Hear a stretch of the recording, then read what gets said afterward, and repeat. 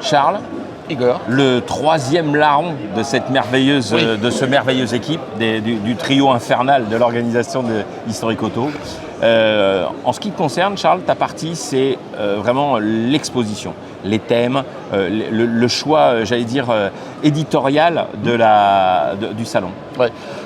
Alors oui, c'est pas le plus simple, parce qu'il faut trouver des autos, il faut trouver des engins. Nous, l'idée, c'est vraiment d'en donner pour tout le monde. Ça, c'est hyper important. Quand on sort d'ici, je veux que toutes les générations aient pu avoir accès à un bout de rêve, à un bout d'envie, d'avoir trouvé sa Madeleine de Proust. Donc c'est pour ça qu'on part, parce que j'ai un faible pour les avant-guerres bizarroïdes de genre ATF, tout le petit plateau d'avant-guerre là-bas, des petites caisses carrées que plus personne n'aime beaucoup, mais moi ça m'éclate.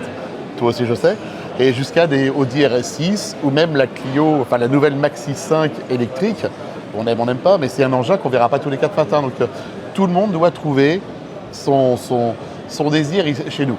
Alors, non seulement tu as parlé d'automobile, mais vous avez aussi poussé le curseur jusqu'à la moto avec une extraordinaire exposition de moto. Alors là, la moto, ça a été vraiment plus compliqué parce qu'on n'est pas du tout motard, on l'avoue. J'aime l'objet. La moto est magnifique, moi j'en ai 2-3, mais c'est des 125. Moi j'ai le permis enfant, j'ai pas le permis adulte. Donc c'est tellement beau. Quand je vois la bécane, la MV Agusta de piste, qui est complètement incroyable, tu as juste envie de l'acheter, de la mettre dans ton jardin, ou dans ta maison. Oui. Pour esthétiquement parlant, c'est une pièce maîtresse. Après, il y a toute l'expo des anciennes, des avant-guerres, où là en plus elles ont des histoires incroyables. Il y en a une qui a gagné le bol d'or, une le Mont Ventoux, enfin c'est des engins exceptionnels. Les choppers, où là on a eu Fanch qui nous a filé un coup de main pour monter une super expo de chopper. Des engins comme on les aime, ça sert pas à grand chose. On se demande pourquoi on achète ça, mais ça doit être tellement bon de rouler là-dessus que c'est absolument génial. Donc là, les motards devaient être représentés. On a fait un hall dédié pour les motos et avec vraiment des belles expos du 49.9 au Solex en passant par les autos de piste de malades. Ça doit être compliqué de se dire que pour la 6e, il va falloir remettre le couvert et trouver d'autres idées. Je me tords la tête déjà depuis ce matin, Gilbert, c'est compliqué. Non, là, disons qu'on a quand même un problème qui est assez simple. Je pense qu'on n'a pas été très considéré pendant quelques temps. C'est pas méchant pour qui que ce soit. Mais quand tu appelles des collectionneurs, des musées, que ce soit Stuttgart, etc., tu dis, ouais, je suis historique auto à Nantes.